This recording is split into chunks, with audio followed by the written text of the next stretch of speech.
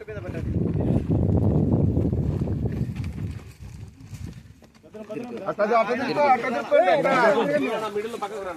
అట్లా మిడిల్ లో తీసుకో వద్దరమ్మా అట్ట తిరుక్కో తాళ్ళ పైన పెట్టు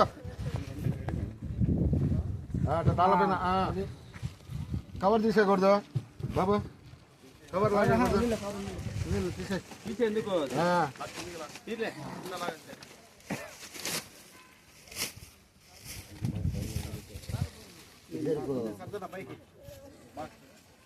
చక్కరంగా పెట్టు చక్కగా అది రమ్మద్ది చూసారు ఉంటే ఎవరైనా చూస్తారు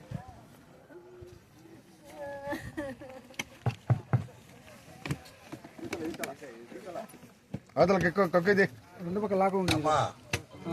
మరి సహోదరి బిడ్డలు అందరూ వచ్చాక నిలబడండి. మీరు అలా కొంచెం మీరు ముందుకు రండి, అమ్మగారికి దగ్గర రండి. మరి సహోదరి బిడ్డలు దేవమని ఎక్కడ బిడ్డలంతా ఇట్లా రండి, మన ఇస్మాస్ రండి, మన ఇస్మాస్ రండి, వాళ్ళు దగ్గరికి దేవమని అమ్మగారి కూతుర్లు ఆ కొడుకులు మీరంతా అట్లా అట్లండి. పరవాసిని జగమున ప్రభు అనే పాట పాడతాం.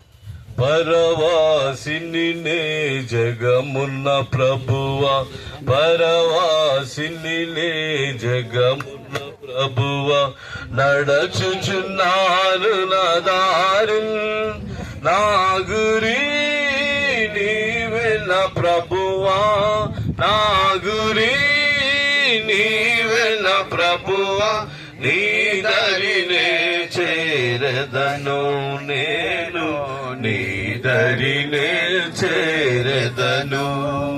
లోకమంతా నాదని ఎంచి, లోకమంతా నాదని ఎంచి, బంధుమిత్రులు ప్రియులనుకుంటిని, లోకమంతా నాదని ఎంచి, బంధుమిత్రులు ప్రియులనుకుంటిని, అంతయో మోసమేగా, అంతయో మోసమేగా, వ్యర్థము సార్వమును వీళ్ళలో, వ్యర్థము సార్వమును. అమ్మా మీరు మూతి మీద మూతీసి ఇప్పుడు పెట్టగాకండి, కాసేపు ఉండండి. ఆమెను దేవుని దగ్గరికి వెళ్ళేదాని కొరకు మేము ప్రశాంతతగా ప్రార్థన చేస్తున్నాము. మీరు కూడా కొంచెం ఉండండి, ఏడ్చగాకండి, ఆ మీద పడగాకండి. ఇప్పుడు దేవుని వాక్యం మీకు కొన్ని నిమిషాలు వినిపిస్తాను. ఏనండి వాక్యం ఏనండి,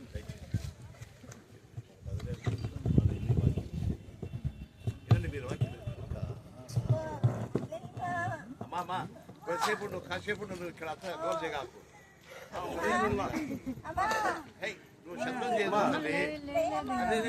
కీర్తన గ్రంథం 90వ కీర్తన 3వ వచనము దేవుని వాక్యంలో ఈ విధంగా రాయబడింది. నీవు మనుషులను మంటికి మార్చుచున్నావు, నరులారా తిరిగి రండని నీవు సెలవిచ్చుచున్నావు.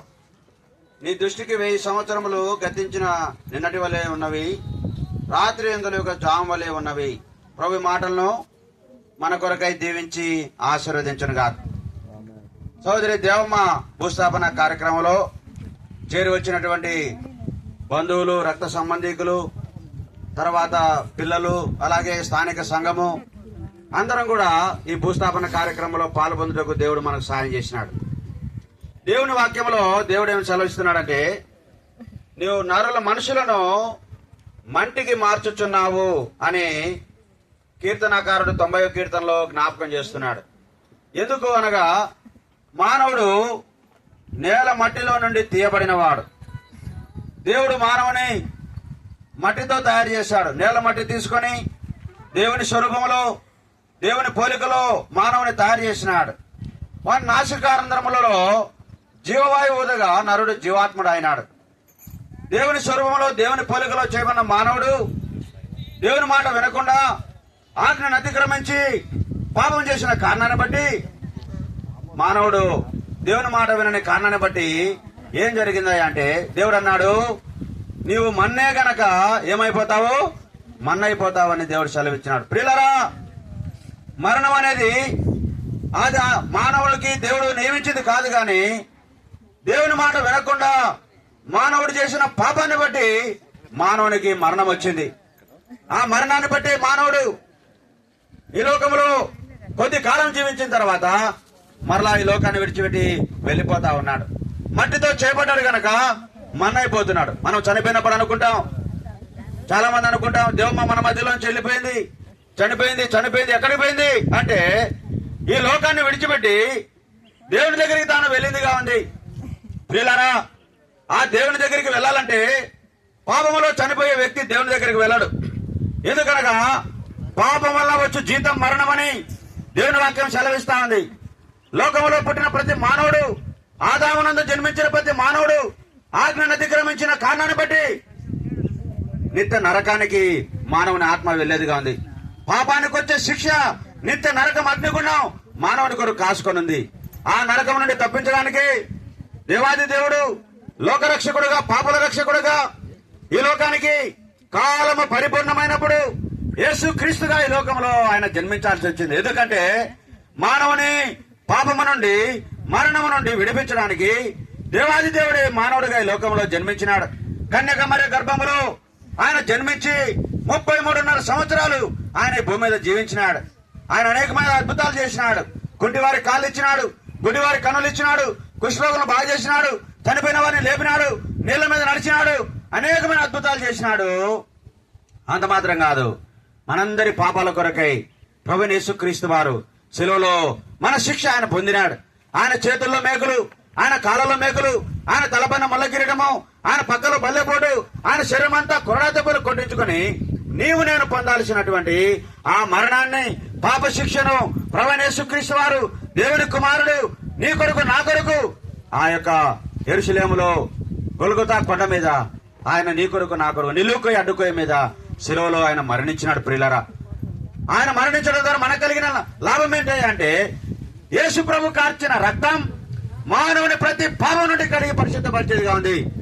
నువ్వెంత ఘోర పాపివైనా, ఎంత చెడిపోయిన వాడవైనా, పాపంలో ఉండి అలాగే నెమ్మది సమాధానం లేకుండా ఉన్నా యేసు ప్రభు దగ్గరికి వచ్చి, యేసు ప్రభా నా పాప శిక్షను భరించినావంట, నా కొరకు రక్తం కార్చినావంట, నా శిక్ష అంతా నువ్వు పొందినావంట, కనుక నీ రక్తంలో నా పాపాలు కడుగు ప్రభు అంటే యేసు ప్రభు వారు తన రక్తంలో నీ పాపాలు కడిగి నిన్ను శుద్ధి చేస్తాడు.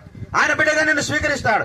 ప్రియులారా, చెబుతున్నటువంటి నేను కూడా ఒకప్పుడు పాపములో జీవించి నెమ్మది లేక, సంతోషం లేక, ఆనందం లేకుండా జీవిస్తున్న నన్ను కూడా ఇలాగే యేసుప్రభు దగ్గరికి వచ్చి ఇలాంటి చెప్పేటువంటి మాటలు విని యేసుప్రభు అంత విశ్వాసం ఉంచి నా పాపాలు యేసుప్రభు దగ్గర ఒప్పుకున్నప్పుడు యేసుప్రభు నా పాపాలు క్షమించినాడు, నాకు సమాధానం ఇచ్చినాడు.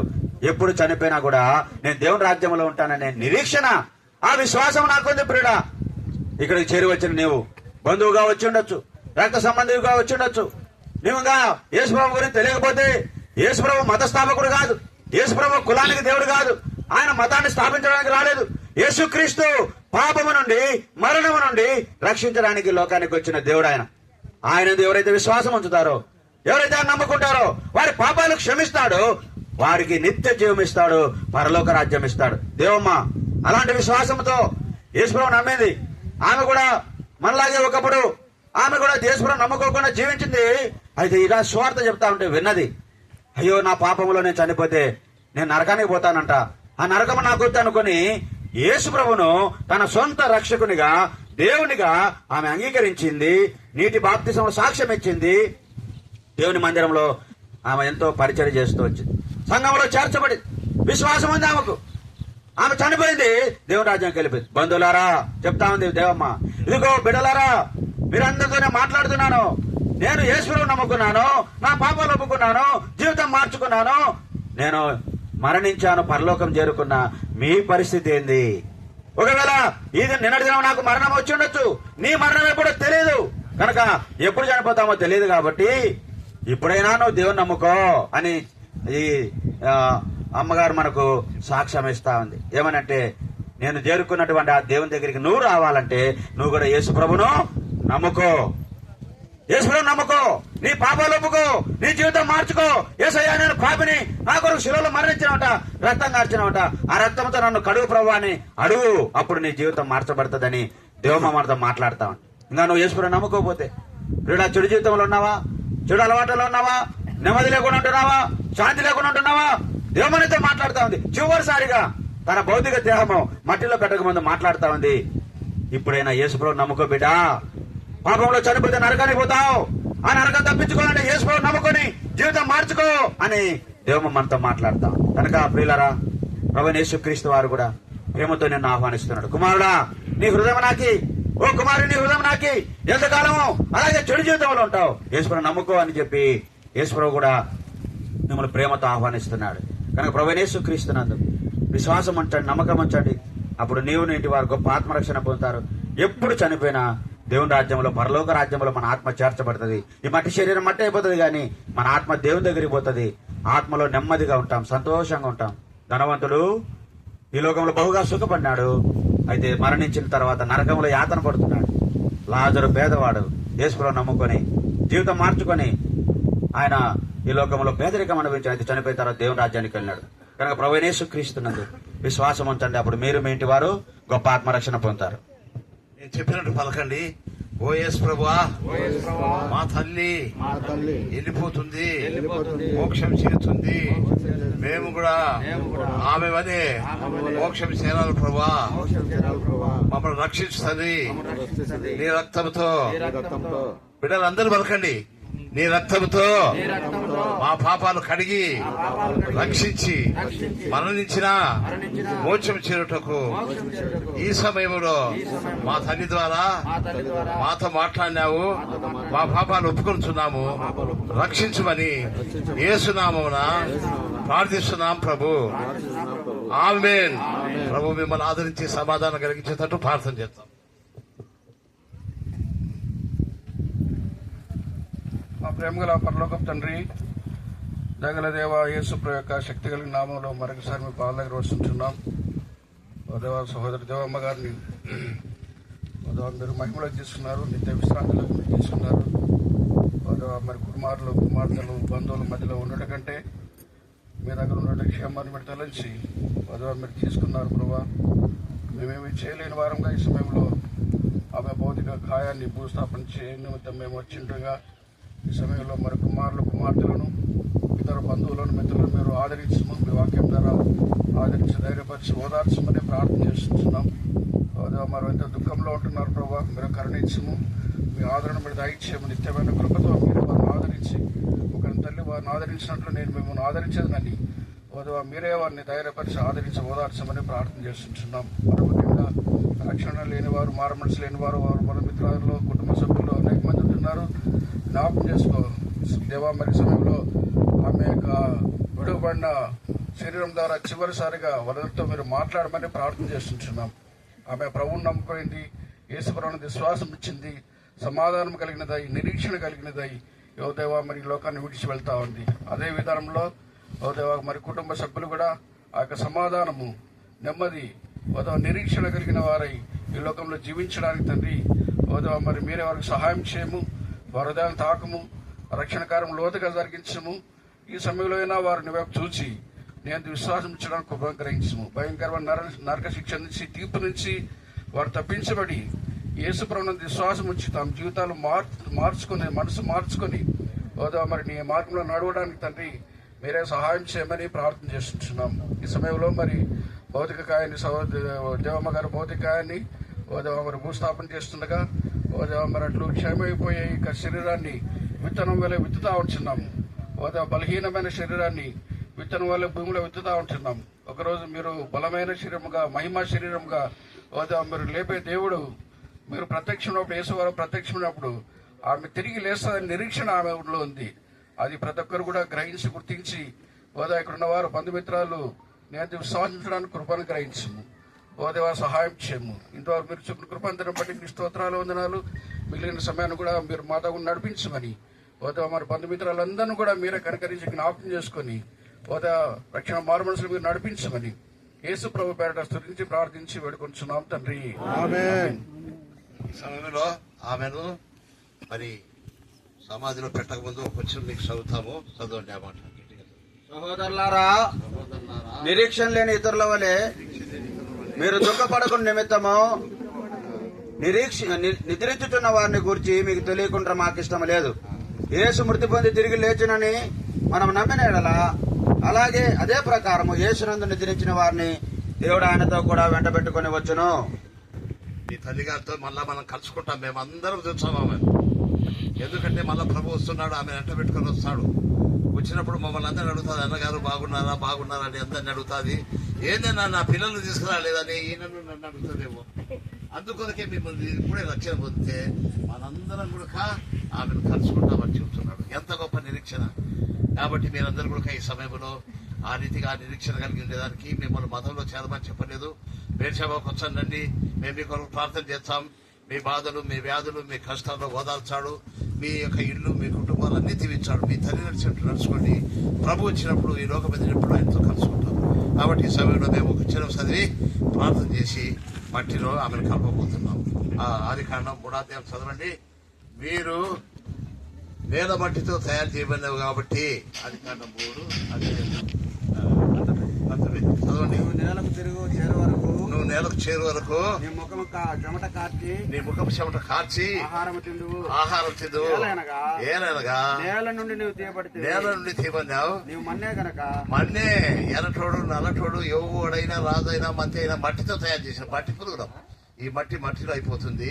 మేము ఇప్పుడు ప్రార్థన చేస్తాం. మీరందరూ చేత పట్టుకోండి. మట్టి ఇప్పుడు ఆ పెట్టె పెట్టగానే మనం వెంటనే ఆ పెట్టె మీద మట్టి అయిపోతాం. చిన్న పాట పాడండి. పరలోకము నా దేశము పరదేశిని లీలా మాయాలోకమేగా నేను యాత్రికుడను. పరలోకము నా దేశము పరదేశిని లీలా మాయాలోకమేగా నేను యాత్రికుడను. ఎంతో అందమైనది పరలోకము, అసమానమైనది నా దేశము. ఎంతో అందమైనది పరలోకము, అసమానమైనది నా దేశము. ఎల్లప్పుడూ విశ్వాసముతో యాత్రను సాగింతుము. ఎల్లప్పుడూ విశ్వాసముతో యాత్రను సాగింతుము. పరలోకము నా దేశము పరదేశినే నీలా మాయాలోకమేగా నేను యాత్రికుడను. పరలోకము నా దేశము పరదేశినే నీలా మాయాలోకమేగా నేను యాత్రికుడను. దూతలు పాడుచుందురు పరమందునా, దివారాత్రములందు పాడుచుందురు. దూతలు పాడుచుందురు పరమందునా, దివారాత్రములందు పాడుచుందురు. పవనుని చూచి నేను హర్షింతును నిత్యము. పవనుని చూచి నేను హర్షింతును నిత్యము. పరలోకము నా దేశము పరదేశినే నీలా మాయాలోకమేగా నేను యాత్రికుడను. పరలోకము నా దేశము పరదేశినే నీలా మాయాలోకమేగా నేను యాత్రికుడను. మా ప్రేమైన పల్లెగొప్ప తండ్రి, గొప్ప దేవా, మీ కొందన స్తోత్రాలు చెల్లించుకుంటున్నాం. మరొకసారి ఈ దాసములు పెట్టి మీ కొందములు మరియు నేను మిమ్మల్ని పిలువబడినందుకై మీ కొందములు కుటుంబాన్ని ఆదరించండి, ధైర్యపరచండి. ఈ బతుకు దేహాన్ని మట్టికి అప్పచెప్తుండగా మీరు సహాయం చేస్తున్నాల్సిందిగా ప్రార్థన చేస్తున్నాం. కుటుంబాన్ని దీవించి ఆదరించమని యేసుక్రీస్తు వారి పెట్టి అడిగి వేడుకొలుస్తున్నాం తండ్రి. ఆమేన్. నువ్వు మన్నే గనక తిరిగి మన్నైపోదు కాబట్టి మట్టికి వేస్తున్నామని నీకు మట్టి వంట చెప్తున్నాం. నా దేశము పరదేశినే నీలా మాయాలోకమేగా నేను యాత్రికుడను. పరలోకము నా దేశము పరదేశినే నీలా మాయాలోకమేగా నేను యాత్రికుడను. చెప్పండి ప్రభువైన యేసుక్రీస్తునికి హల్లెలూయా. ప్రేమగల తండ్రి, సహోదరి, సాక్ష్యంగా చెప్పబడిన మాటలు మన్నే గనుక మన మాటలు దీవించండి. తండ్రి కుమార పరిశుద్ధాత్మ ఇక్కడికి వచ్చిన వారికి వారి బిడ్డలకు కుటుంబానికి ఇప్పుడు ఎల్లప్పుడు సదాకాలము తోడైనడు గాక. ఆమేన్. రాజుల రాజైన యేసు ప్రభుకే, రాజైన యేసు ప్రభుకే. హల్లెలూయా.